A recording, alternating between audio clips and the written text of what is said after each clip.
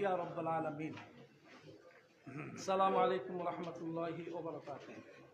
এই ফতোয়ার সপক্ষে সারা বাংলাদেশের শীর্ষস্থানীয় মুফতিয়ানে কেরাম এবং শীর্ষস্থানীয় প্রতিষ্ঠানসমূহ থেকে যে এই ফতোয়ার সপক্ষে স্বাক্ষর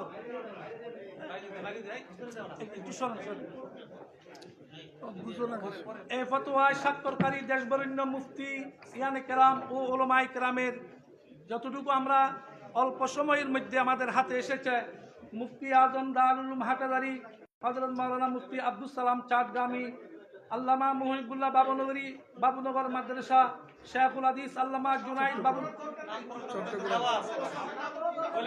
আচ্ছা ঠিক আছে।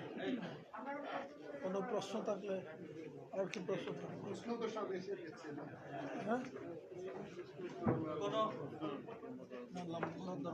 সাংবাদিক ভাইরা, আমাদের 5 জন মুফতি, বিজ্ঞ মুফতি যারা ফতোয়া রেডি করেছিলেন কোরআন হাদিসের আলোকে, ওনাদের মধ্য থেকে অন্যতম হযরত মাওলানা এনামুল হক সাহেব, উনি আপনাদের সামনে ফতোয়া পড়ে সকলের সামনে উপস্থাপন করেছেন। এখন আপনাদের এই বিষয়ে কোনো প্রশ্ন থাকলে প্রশ্ন করতে পারেন।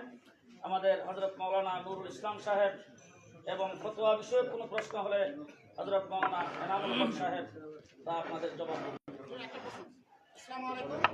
একটা বিষয় একটু অবগতির জন্য, আমাদের এই ফতোয়ার সাথে বরিশালের সরসিনা এবং নেসারাবাদ দুইটা গুরুত্বপূর্ণ তাদের তারাও এই এবং এনায়েতুল্লাহ আব্বাস হিসাব ওনারাও এই ফতোয়ার সাথে সহমত পোষণ করেছেন। আসসালামু আলাইকুম। উপস্থিত ওলামায়ে দেওবন্দ সহ দেশের শীর্ষ ওলামা মাশায়েখদের প্রতি যথার্থ সম্মান এবং শ্রদ্ধা রেখে আমি আমার প্রশ্ন করছি।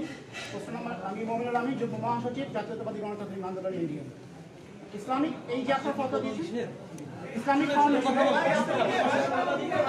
সাংবাদিক তাহলে আপনি চুপ করেন, এটা হলো সাংবাদিকদের প্রশ্ন উত্তর। হ্যাঁ ঠিক আছে, সাংবাদিক ভাইদের কোনো প্রশ্ন থাকলে সংক্ষিপ্ত করে আপনার প্রশ্ন। তাও এই ফতোয়া সংক্রান্ত যদি আপনাদের কোনো প্রশ্ন থাকে, আমাদের এখানে শুধু ফতোয়া উপস্থাপন, এই ব্যাপারে কোনো প্রশ্ন থাকলে। ফতোয়া নিয়েই একটা বিষয়, একটা নির্দেশনা আছে হাইকোর্টের, যে আমাদের দেশে কিন্তু সেই নির্দেশনাটা এখন রয়েছে বহাল। সেটা হচ্ছে যে ফতোয়া দেওয়াটাই হচ্ছে এটি একটা অকার্যকর ব্যবস্থা হিসেবে রাষ্ট্র এটাকে বলেছে, এবং সেই ক্ষেত্রে এটা মনে হয় আপনার অজানা।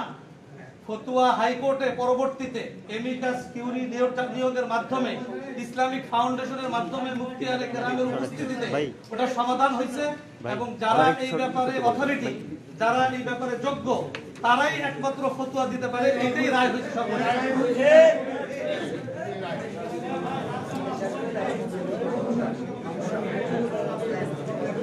আমরা মনে করতেছি যে ফতোয়াটা একেবারে পরিষ্কার, অতএব আমাদের এই ব্যাপারে মনে হয় কোনো প্রশ্ন তেমন নেই ফতোয়া সংক্রান্ত।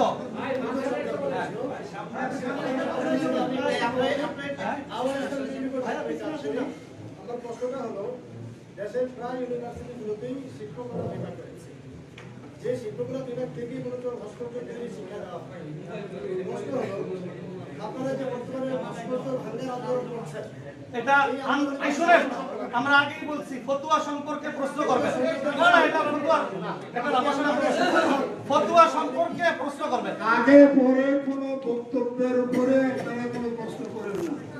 আমরা এখানে ডাকছি ফতোয়াটা আপনাদের হাতে দেওয়ার জন্য। ফতোয়ার মধ্যে যদি আপনাদের কোনো কথা থাকে সেটা বলেন, কে কোথায় কি বক্তব্য দিচ্ছে ওগুলি উত্তর আমরা দেওয়ার জন্য আজকে আমরা সংবাদ সম্মেলন ডাকি নাই।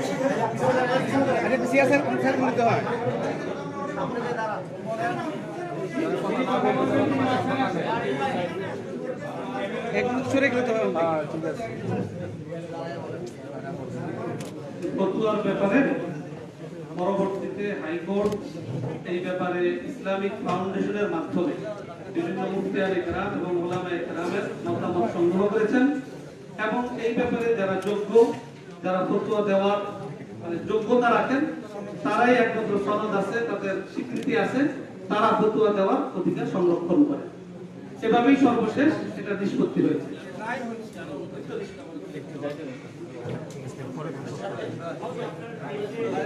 আমরা আশা করতেছি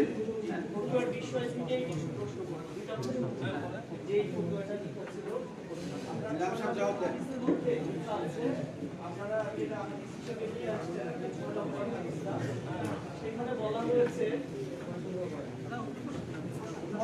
বলা হয়েছে আপনারা মুক্তি বিষয় যেরকম ভাবে এটাকে অবৈধ করা হয়েছে, উঁচু কবরের বিষয় সেটি অবৈধ করা হয়েছে।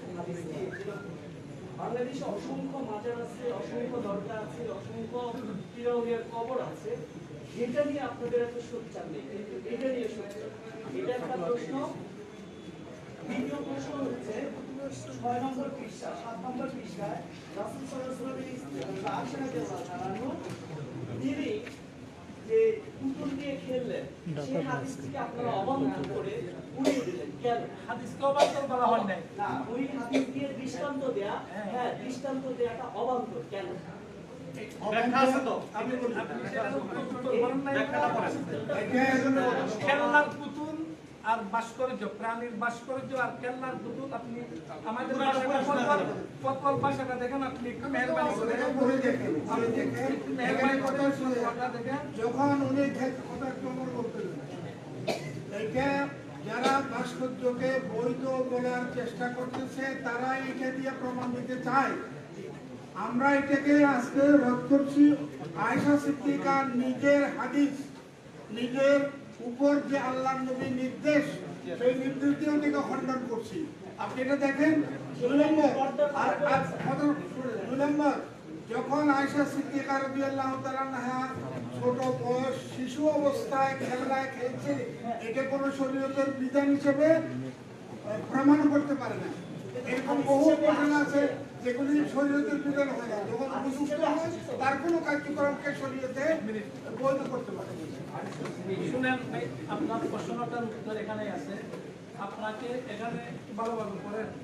হযরত আয়েশার ঘটনাটা যে ওনার খেলনার পুতুলটা ছিল, এটা একটা কাপড় বা পুতুলের কাঠ দিয়ে কাগজ দিয়ে তৈরি অসম্পূর্ণ আকৃতি বিশিষ্ট। তাহলে এখন কি অসম্পূর্ণ? শুনেন, অর্থাৎ যে পুতুলের চেহারা থাকে না, খেয়াল করবেন, নাক থাকে না, চেহারা থাকে না, কানটা ছবি তখন আরাম হয়।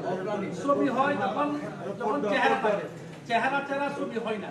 এটা ছবি বলা হয় না। এক। দ্বিতীয় হচ্ছে হযরত আয়েশা রাদিয়াল্লাহু তাআলা আনহা বড় হওয়ার পরে রাসূলুল্লাহ সাল্লাল্লাহু আলাইহি ওয়াসাল্লাম যখন আসলেন, ওনার ঘরে যখন উনি এই যে ঘোড়া আকৃতি বিশিষ্ট পর্দা ঝুলিয়ে রেখেছেন, রাসূলুল্লাহ সাল্লাল্লাহু আলাইহি ওয়াসাল্লাম পরিষ্কার বললেন, আয়েশা এটা না নামা পর্যন্ত আল্লাহ রাসূল সেই ঘরে প্রবেশ করলেন না। এটা ছিল ভাস্কর্য, প্রতিকৃতি। আর উনি ছোটবেলায় অল্প বয়সে যখন খেলতেন, এটা ছিল অসম্পূর্ণ আকৃতি বিশিষ্ট। সুতরাং ওইটা দিয়ে প্রাণীর ভাস্কর্য বৈধতার প্রমাণ হিসেবে এটাকে পেশ করা এতগুলো হাদিসের বিপক্ষে, এটাকে অবান্তর বলা হয়। ঠিক আছে, আমাদের আজকে ফতোয়া উপস্থাপন আমরা দেখছি, প্রশ্ন ভাবি এগুলো আসতেছে আমাদের। আমি বাংলা বিষয়ে কাজ করি। আমার প্রশ্ন হচ্ছে এই ফতোয়ার প্রসঙ্গটা কেন এসেছে? আপনারা কি আসলে চান যে দেশের যত বিশ্ববিদ্যালয় আছে যতগুলো ভাস্কর্য আছে সব ভেঙে ফেলা হোক? আপনাদের উদ্দেশ্য কি সেটা? একটু শুনে এই দায়িত্ব আমাদের না, এই দায়িত্ব হলো সরকারের। আমাদের দায়িত্ব হলো এটা বৈধ অবৈধ হারাম হালাল ওলামায়ে কেরাম মুফতিদের দায়িত্ব ওটা জানাই দেওয়া, এটা বাস্তবায়ন করার দায়িত্ব সরকারের। আমাদের সাংবাদিক সম্মেলন সমাপ্ত করলাম আমরা। এখানে